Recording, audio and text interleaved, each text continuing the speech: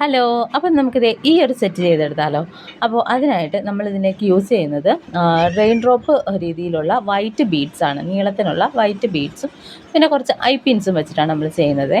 അപ്പോൾ I പിൻസിലേക്ക് 2 beads എന്ന രീതിക്കാണ് ഞാൻ ഇട്ട് കൊടുക്കുന്നത്. എന്നിട്ട് അതിൻ്റെ ലാസ്റ്റ് അറ്റം ഒന്ന് ലോക്ക് ഇട്ട് കൊടുക്കുന്നുണ്ട്. ഇങ്ങനെ നമ്മളൊരു കുറച്ച് ചെയ്തെടുക്കുന്നുണ്ട്. നമുക്ക് ഏത് ഡ്രസ്സിൻ്റെ കൂടെയും വെയർ ചെയ്യാൻ പറ്റുന്ന രീതിക്കായിട്ടുള്ള ഒരു സ്റ്റൈലാണ് കേട്ടോ ഇത്, ഈ ഒരു സെറ്റ് വരുന്നത്. അപ്പോൾ അങ്ങനെ എല്ലാം ലോക്കിട്ട് ചെയ്തതിന് ശേഷം പിന്നെ നമ്മൾ ഇതൊരു മാലയും അതുപോലെ തന്നെ അതിൻ്റെ സെറ്റ് കമ്മലുമായിട്ടാണ് നമ്മൾ ചെയ്തെടുക്കുന്നത്. അപ്പോൾ അത് ഇതുപോലെ കുറച്ചധികം നമ്മൾ ചെയ്തെടുത്തിട്ടുണ്ട്. ഇതിൻ്റെ കമ്മൽസിനും അതിൻ്റെ മാലയുടെ സെൻറ്റർ ലോക്കിനും വേണ്ടിയിട്ടാണ് നമ്മൾ അത്രയും ചെയ്തെടുത്തിട്ടുള്ളത്. അപ്പോൾ ഇനി ഓരോന്നും നമുക്ക് കറക്റ്റിനൊന്ന് കണക്ട് ചെയ്ത് കൊടുക്കാം.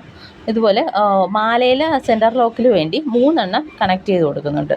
3 എണ്ണം കണക്ട് ചെയ്ത് കൊടുത്തിട്ട് നമ്മൾ അത് ആ ഒരു മാലയ്ക്ക് വേണ്ടിയിട്ടുള്ള ഒരു ചെയിൻ ഉണ്ടല്ലോ, നമ്മൾ പ്ലാസ്റ്റിക് ചെയിൻ വയർ എടുത്തിട്ട് അതിൻ്റെ ഉള്ളിലേക്ക് ഈ 3 എണ്ണം സെൻറ്റർ പോർഷനിലേക്ക് 3 ലോക്ക് ഇട്ട് കൊടുക്കണം. 3 ബീഡ്സ് ലോക്ക് ഇട്ട് കൊടുത്ത് നമ്മളത് നല്ല രീതിക്കൊന്ന് ടൈറ്റൻ ചെയ്ത് കെട്ടിക്കൊടുക്കണം.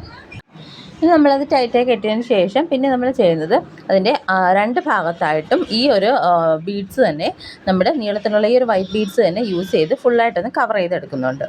ഇങ്ങനെ കവർ ചെയ്തിട്ട് ലാസ്റ്റ് നമ്മളതിൻ്റെ ആ ഒരു ലോക്ക് റിങ്ങും കൂടി ഇട്ട് കൊടുത്തിട്ട് ഫുള്ളായിട്ട് ഒന്ന് കവർ ചെയ്ത് ഒന്ന് ലോക്കിട്ട് കെട്ടിക്കൊടുക്കാം.